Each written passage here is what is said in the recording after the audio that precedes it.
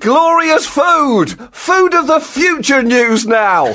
And, well, great news, Andy. The UN has solved world hunger. Yay! It's done it. It has done it. Oh, it's just one tiny, barely visible catch. It solved it in potentially the most unappetising way imaginable. How? Well, let me put it this way. You know that thing that you just stamped on with your foot when it crawled across the floor?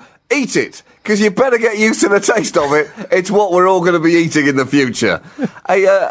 Essentially, a new UN report has revealed that eating more insects could dramatically help fight world hunger. And, you know, there's already a precedent for this working right now. Over 2 billion of the world's population already include insects in their diet.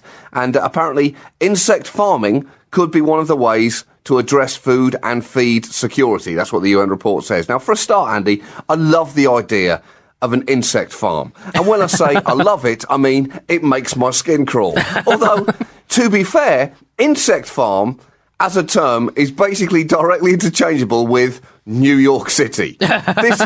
This report might solve New York's budget problem in a single heartbeat, because New York now holds spectacularly large resources of the world's next foodstuff. No longer is this the filthiest city on earth, Andy. Now it's instantly transformed into a sustainable free-range gourmet cockroach farm. What's for dinner tonight, sweetheart? I don't know, honey. Let's see what we've got behind the fridge. In fact, Mayor Bloomberg, Andy here, he should include this in New York's next tourist commercial. Are you hungry? Looking for a high-protein, low-fat snack? Why not just come to New York City and cycle down 2nd Avenue with your mouth open? But, I mean, I'm not at all happy about this, John, because, you know, I like my food, and there's no way I'm prepared to eat insects. You know, the mashed-up connective tissue of pigs, yeah, happy with that. The livers of birds that basically amount to aerial vermin, yeah. The hacked-to-pieces corpse of a mechanically slaughtered baby cow, absolutely. Insects, never. Unless they're basically insects that live in the sea, in which case, oh yeah, give me a bit of mayonnaise and let me rip its head off and eat it whole, stomach included, in one go. I don't care if its dead eyes are staring at me and if it was waving at me from a bucket 10 minutes ago. Yum. The report argues that wasps, beetles and other insects are currently underutilised as food for people and livestock. Insect farming is, they say, one of the many ways to address food security. They're particularly important as a food supplement for undernourished children.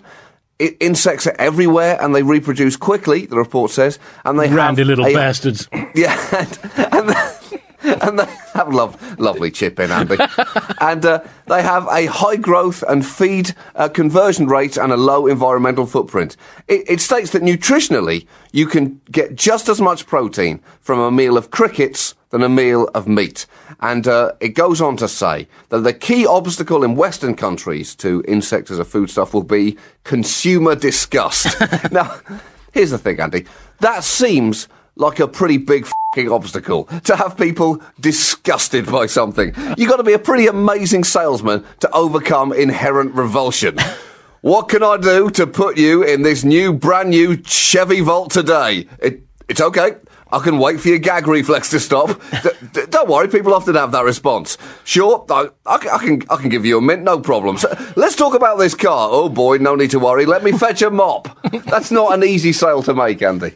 But the thing is, you say that, John, but, you know, consumer disgust seems to be quite easy to overcome. There's a lot of things we'll tolerate, as the price of our T-shirts will testify. I mean, our T-shirts as a society, not the Bugle-specific T-shirts, which are all handmade by multi-millionaires in the Cayman Islands. It's a different kind of factory farming. But the environmental thing is interesting because farm animals produce a lot of gases. In fact, farm animals around the world fart 18 trillion cubic metres of methane an hour. And I might have made that figure up. But it means that, according to scientists, if all farm animals lit their farts at the same time, it would blow the Earth 13% off its current axis. But you couldn't get that with insects. You couldn't get that with insects. But the other question is, John, you're coming at this from a Jewish perspective. Are insects kosher? And can you slaughter a wasp in a halal manner? And most concerningly, what if I was tucking into a mosquito burger and one of the mosquitoes in it had bitten Osama bin Laden? I could be eating his terrorist blood if it hadn't been properly cooked. Yeah, it's just not going to work, Andy. Yeah, so definitely don't go medium rare. Have it maybe well done. if you're having you, just to be on the safe side. Well, one of the suggestions in the report is that the food industry could help in raising the status of insects by including them in new recipes and adding them to restaurant menus. You could also help raise the status of the insects, Andy, by photographing them in little tuxedos going to the opera. Maybe get some Hollywood actress or models to be photographed dating an insect. I'm almost 100% sure that there are hundreds of actresses in Los Angeles that would be willing to do that for publicity. Rumours are that Tara Reid is currently dating a wasp. They were photographed stumbling out of Nobu together where they shared a romantic meal. Tara Reid's publicist told E! News that they are head over legs in love.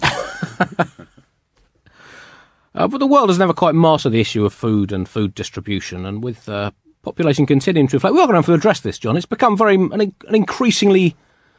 It's become increasingly difficult to ignore the elephant that has made itself very comfortable in our living rooms, has taken a hearty shit on the rug by the fire, and is now vegging out on the sofa and starting to make a move on our teenage daughter. We are going to have to address this problem at some point. And actually, a lot of it is psychological. Scientist Arnold van House from Wageningen University in the Netherlands, I mean, that sounds near enough, one of the authors of the report, said that there are a lot of psychological barriers. He did a blind tasting in which 9 out of 10 preferred meatballs made from half meat, half worm than those made entirely from meat. So, but we see the psychological aspect of food, in euphemisms such as sweetbreads, offal, cheese, free range, that's hope tricked, and the word fresh, which basically just means dead.